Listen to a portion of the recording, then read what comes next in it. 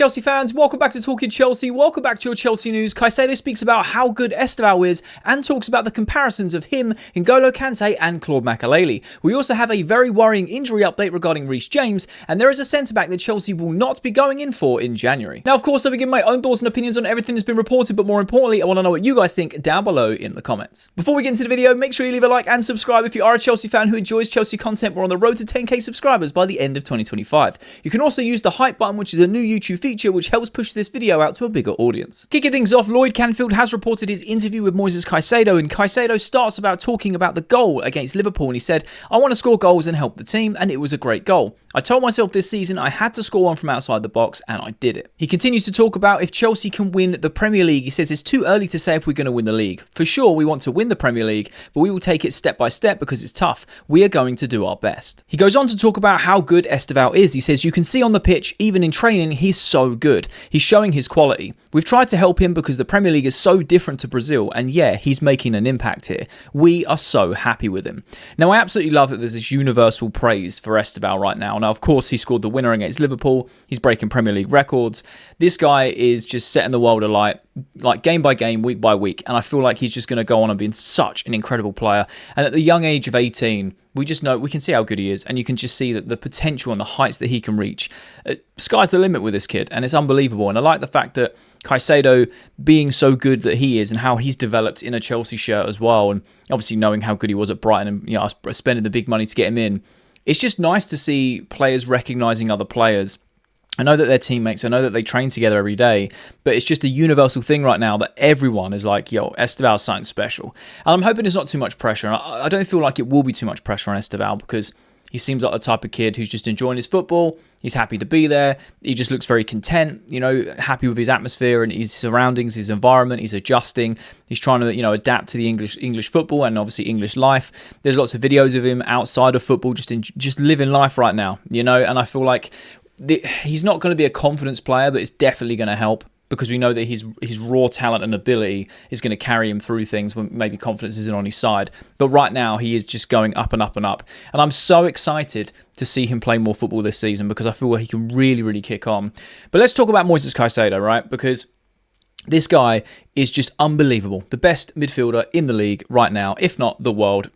Yeah, we'll go with the world. I feel comfortable saying that. The best midfielder in the world right now. He's unbelievable. He's been so consistent for so long that it's undeniable now. People are now starting to realise. I don't understand why it's taken so long, but people are now going, actually, yeah, Caicedo, he's actually pretty decent. And now they're like, yeah, he's one of the best in the league. And I'm genuinely so happy for Caicedo, because he is one of those types of players that puts in such a good performance consistently, week in, week out, with injury, without injury, with supporting players around him, with bare bones around him. He is just consistently good, and he's done it for over 18 months. He's done it for over 18 months, and now people are like, yeah, he's actually really good, isn't he? That goal against Liverpool was an unbelievable rocket, and Caicedo only scores bangers, to be fair. His job isn't to score goals, but I like the fact that he said, one of my goals this season was to score from outside the box, and I've done it. I love hearing the little tidbits that you get from behind the scenes of what the players' personal achievements and goals are going to be for the season. Whether it's like hit double figures in GA, or hit double figures in goals or assists or whatever. Or maybe be, play a certain amount of games of staying fit, or it could be anything. But I just love those little tidbits. And for Caicedo to have on his little checklist, like score a goal from outside the box, I absolutely love that. Because he knows he doesn't score too many goals. But when he does, they are bangers. Halfway line, volleys, outside the box, it doesn't matter. Caicedo can do everything. And the fact that that's not his primary job is unbelievable. It just makes it even more special, in my opinion. So I really like the fact that Caicedo is getting his plaudits. We covered it in yesterday's video where Gary Neville said that, as of right now, he feels like Caicedo is the best in the league. Jamie Carragher's come out and just looking for engagement, saying he thinks that Rice is better. Each to their own, entitled to your opinion, but in my opinion, Caicedo, it just clears everyone. It just clears everyone. He's so, so good. But I also agree with what he's saying about Chelsea winning the Premier League. I feel like we can't let the Liverpool win get us overgassed. It's an incredible result. It really is. I'm still buzzing off the high of that result, right? It was just, it epitomises everything about our football club. And there will be some fans that kind of get carried away and go, right, we're going to win it all now. And I get it. It's a bit of banter. It's just, we're gassed. You make the most of it. You say things, right? But at the same time, I don't want the players to kind of take it to heart too much and be like, right, now we can go on and win it. Obviously, I'd love to see us go and win it, but realistically, We all know the issues that we have with the squad is inconsistency. If that improves, then yes, we can definitely be up there and challenging. But I don't feel like we're quite ready to win the Premier League. And I am more than happy to be proven wrong. I genuinely am. Please prove me wrong. If we go and win the Premier League, fair play. I'll be all for it. But I feel like we have the qualities and the players and the squad to be able to go on and really push. It's just the inconsistencies. Because if we were playing like we did against Liverpool every week, yeah, favourites to win the title, hands down. We'd be blowing anyone away. We just would be. And I know that Liverpool probably weren't at their best or they didn't play as well as they could have. And that does play into the fact that we were playing very well. But regardless, if we were playing an Arsenal team and that's how the game went, we'd get it over the line, maybe by a few more goals because we might be a bit more clinical on any other day. We play Liverpool like that 6 times out of 7, we're gonna beat them. So I feel like we do have the capabilities, but I like the fact that Caicedo said, look, we've got to take it a game at a time because the Premier League's tough. It's the toughest league in the world. And even though that win was amazing and I liked my goal and, it's a personal achievement for me in terms of like ticking it off my list, we can only go a game at the time and not get ahead of ourselves. Because I think it's very important of being strategic and being zoned in and just getting these players to play consistently because they stepped up massively against Liverpool. This is something that we were asking for in the United game. We were asking for in previous games. Brentford, where we dropped the points and stuff like that. That is nowhere near the level we need to be performing when we can see this squad performing at the level it did against Liverpool. So I feel like we are a bit off of it in terms of like being favourites and challenging for the title as like a dead target for the season. However, if we can get some consistent performances like we did against Liverpool, we will definitely be up there. I would personally be happy with third. I think that's an improvement on last season and a good run in the domestic cups and the Champions League. I'd be like, yeah, that's decent. We're now taking a step up and solidifying, like we're not just trying to qualify for Champions League. That's kind of like, yeah, we're going to be in that. It's now what can we win from there? How can we kick on from that? So, I mean, look, the season's long. We never know what can happen, especially with Chelsea. So I'd be very interested to know your guys' thoughts and opinions on Caicedo's thoughts, your views on Caicedo. A lot of you guys were saying in yesterday's video, we covered it a little bit, that he is the best midfielder in the world. He just is. He's just so good. But do you agree with what he's saying about Estevao? What are your thoughts on Estevao being in this Chelsea team and what everyone else says about him, like behind the scenes? And your thoughts on Chelsea going for the Premier League this season, or do we need to take a little step back, not get overgassed, and just take it a game at a time? He then goes on to talk about the comparisons between himself, Kante, and Makelele, and he says, I'm far from N'Golo Kante or Makelele. In what they did here, they achieved a lot. But I'm going to keep working because I want to become a legend here. In my personal opinion, Moises Caicedo is well on his way to becoming a Chelsea legend. Now, it may seem a bit premature, but I feel like Chelsea have been severely blessed in that 6 role for, well, at least my lifetime. 25, 30 plus years. We have been very, very blessed in that defensive midfield role with the likes of Makelele, with the likes of Essien, with the likes of Kante, Caicedo.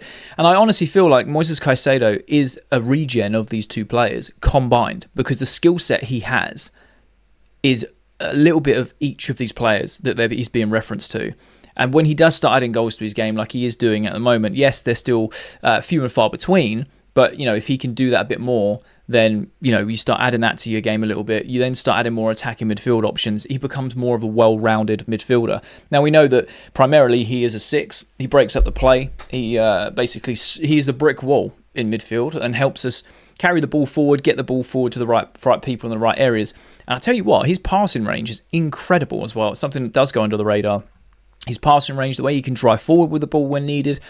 I genuinely feel like he's a legend in his own right. He will be. I truly feel like he will be a legend in his own right. And I feel like he will be separated from Makelele and Kante because I remember, growing up and having Makelele and thinking no one will ever be like him again. And then you have Kante come along and you're like, oh my God, he's insane. And then you go, there will never be a Kante again. And yes, they have very similar traits in terms of skill set and what they do position on the pitch, their job roles. But in my opinion, they're just so separate. They call it the Makelele role for a reason. That's how good he was. And then you had Kante, just epitomizes everything about that role. Then you've got Caicedo coming in, who's younger, who's got such a high level of ability and skill set, and again, can only get better at this point, who just completely owns that role and has skill sets from both players. So I like the fact he's been a bit modest about it, and I would expect him to be based on judging on his character, etc. But I like the mindset there of, I just want to, they achieved a lot. I want to keep working hard and I want to be a legend here. I love that mindset. That tells us fans that he wants to be here for a long, long time. And that makes me so happy that he feels comfortable. He has that connection with the fans. He respects the history of the club in terms of the likes of, Kante and Makelele and other players and managers that have been here, come through here and achieved a lot. He also wants a piece of that. So I'd like to know your thoughts and opinions down below regarding this. Do you think Caicedo is a Kante regen or a Makelele regen, or is he a separate player? Will there be a separate category for Moises Caicedo in the many, many years in the future when he decides to retire and is a Chelsea legend and has won a load of trophies with us? Do you feel like he will be put on a pedestal slightly different to these players, or do you think he'll be, put in the same category as Makelele and Kante? I'll be very interested to know your thoughts. Matt Law has reported that Reece James has withdrawn from the England squad with an injury sustained versus Liverpool. Then Chelsea have confirmed this, saying Reece James has withdrawn from October's England squad. And Chelsea Dodger tweeted this, saying no confirmation yet, but hopefully it's this cut which needs to heal. Nice rest for Reece. This could be very, very worrying for Chelsea, because I'm going to say that it is this cut that needs healing. That's why I'm going out on a whim. He's using this. It looks very painful, if I'm being honest. But this needs to heal. He can't play. It can get infected, all that sort of stuff. Before he, there's no point in him travelling to international duty to play these friendlies when he could just rest up and be ready for domestic football in a couple of weeks' time. Or the worrying side of this could be, it's actually more than this. This is what it looks like in terms of visually. Yeah, like he's physically injured that in that sense, that he might have actually pulled a hamstring. He might have actually done his calf in. He might have actually got another injury somewhere else. He rolled his ankle a few games ago. Looked very, very painful. Is it a continuation of that? Now, I don't want to speculate because there has been no confirmation yet. All I'm saying is this could potentially be quite worrying, but I'm hoping, and it looks like, and I'm hoping and it looks like it's just this that needs to heal. Because it's just come out of nowhere. He's been in such a good run of form, and he's been in such a good run of fitness as well, that we cannot afford to lose Reece James. He's so, so good. He played like 4 positions against Liverpool. Played in the midfield, played right back, played centre back. Or three positions, or might have been 4. I don't even know. He is just unbelievable. He's our captain. He's world class. And when he's fit, mate, there's no one better to do it. So I'm hoping that he can stay fit. This isn't a serious injury, touch wood. And I'm hoping that this is, the picture that's being put up is the reason why he's pulled out from injury, because this needs to heal rather than something more serious. So I'd like to know your thoughts and opinions down below. Do you feel like this is the reason he's pulled out, or do you think it could be something a little more serious? Could it be his ankle, hamstring? Could it be his calf? Could it be somewhere else around his body that kind of needs a bit more attention and has led him to pull out? Or do you feel like Reece James is just using this as a reason to pull out, because this can heal in like a week or so, and then he can just kind of take that rest internationally and then come back for domestics? Because I believe it's just friendlies, this international break, which just absolutely baffles me. There's so many international breaks throughout the domestic season, and it just frustrates me, just because I'm not a fan of international football. So I'd like to know your thoughts and opinions down below. The Express have reported that Chelsea will not make a move for Crystal Palace centre-back Mark Guéhi in January, despite their current injury crisis in defence. Enzo Maresca currently has 5 central defenders unavailable for selection, and that's Colwell, Tosin, Fofana, Badiashile and Ashimpong. Now, I know this is paper talk, right? I know that they're trying to drive clicks, etc., so I don't really know how concrete this is, but what I will say is Chelsea have been heavily linked with Mark Guéhi, and I just thought it'd be fun to react to it and get your guys' opinions, have a conversation in the comments, because there's already something that's a little bit wrong with this. Fofana, Badiashile and Ashimpong are all coming back after international duty. Tosin as well. That's 4 we're going to get back. Ashimpong and Badiashile were substituted in the Liverpool game because it was prevention rather than an actual injury, which makes it a lot easier and a lot better to kind of nurse back to health, rather than them being injured on the pitch and we actually being without them for a long period of time. That's a really good thing that we did. And Willy Caballero sort of confirmed that after the game in the post-match press conference, because Maresca was sent off for celebrating with the fans and the players, which we love, by the way. But then obviously you've got Levi, who's out for pretty much the whole season. So there's an element of truth to this, but this is the centre-back situation is a strange one, because we go and see performances like Ashimpong and Benoit Badiashile together, and they look unbelievable together. But then in previous games, we've seen the likes of Tosin and Chalobah fall apart, either individually or as a unit, game by game. And we're like, what's happening? We've also seen that partnership been unbelievably solid. It's just, again, inconsistencies within this team. So Mark Guéhi's been on everyone's radar, and he is going to go Liverpool. It's just written. It's written on the wall. He's going to Liverpool. We know this. He nearly went in the summer. For some reason, it didn't go through in time. He will be probably going in January. If he doesn't go in January, I'll be very, very surprised, because failing that, it'll be summer. it will either be pre-contract in January for the summer move, or he actually moves in January. And if Chelsea managed to go in there and swoop in, I would be very, very happy and also extremely surprised, because I just don't think that we have the pull over Liverpool in this instance. The player has made it very, very obvious he wants to go to Liverpool. He's made his feelings known. He wants that Liverpool move. And I totally get that. Now, it doesn't mean I don't back Chelsea in the window. I think that we can go get anyone and we can put pressure on it for sure. But I don't know, with Mark Gahey, he's always never really felt like it's a 100% done deal or 90% Mark Gahey wants to come to Chelsea. And I feel like this kind of reaffirms it. You know, even with this report, we have 4 of those centre-backs coming back after the international break. Kind of nullifies that point. Chelsea have also come out and said that they're going to be assessing the squad between now and the January window to then see if we can go in with the money we've got reserved for it to then go and improve on the squad. So I was still very interested and curious to see if Chelsea go in for a centre-back in the January window, because I feel like we do need a centre-back for sure. I really, really do. And I've been thinking about this for many, well, I say months. Yeah, I suppose it has been months now over the summer transfer window. And obviously the start of the season and seeing these rocky performances, but then seeing the good performances too, and being like, it's almost like Chelsea leads you down one path and then they do one thing that completely flips your opinion on it. And you're like, oh, actually, maybe not. And then they go back again. And I feel like that's what it's been with the centre-back partners. We kind of go, well, we're absolutely cooked. We need new centre-backs. And then you see Benoit Badiashile play out of his skin for 2 games. You see him pairing with Ashimpong being unbelievable and like nullifying like Isak and Salah and stuff against Liverpool. You're like, well, do we actually need a centre-back? What can this partnership do? Do you know what I mean? So like, I feel like Chelsea do need to go in and get a centre-back, if I'm being honest, purely because we need some experience in there. We need someone who is just going to go in there, do the job consistently. And I'm hoping that Benoit Badiashile slots in and he can be that player, because he's been very, very good in the last 2 games that he's played.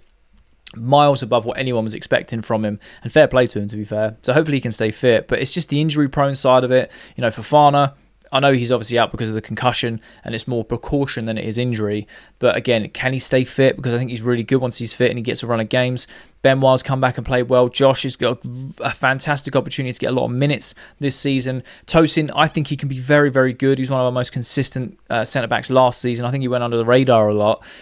But I don't know. I just feel like Chelsea do need a quality centre-back, someone who is leagues above even the likes of Levi Colwill. Because Levi Colwill is clearly, country miles clear as our best centre-back. So the fact that if we go in January window and we get someone even better than that, be more than happy. But it does kind of ask more questions than it does answers, because we need a solid goalkeeper, we need a solid centre-back.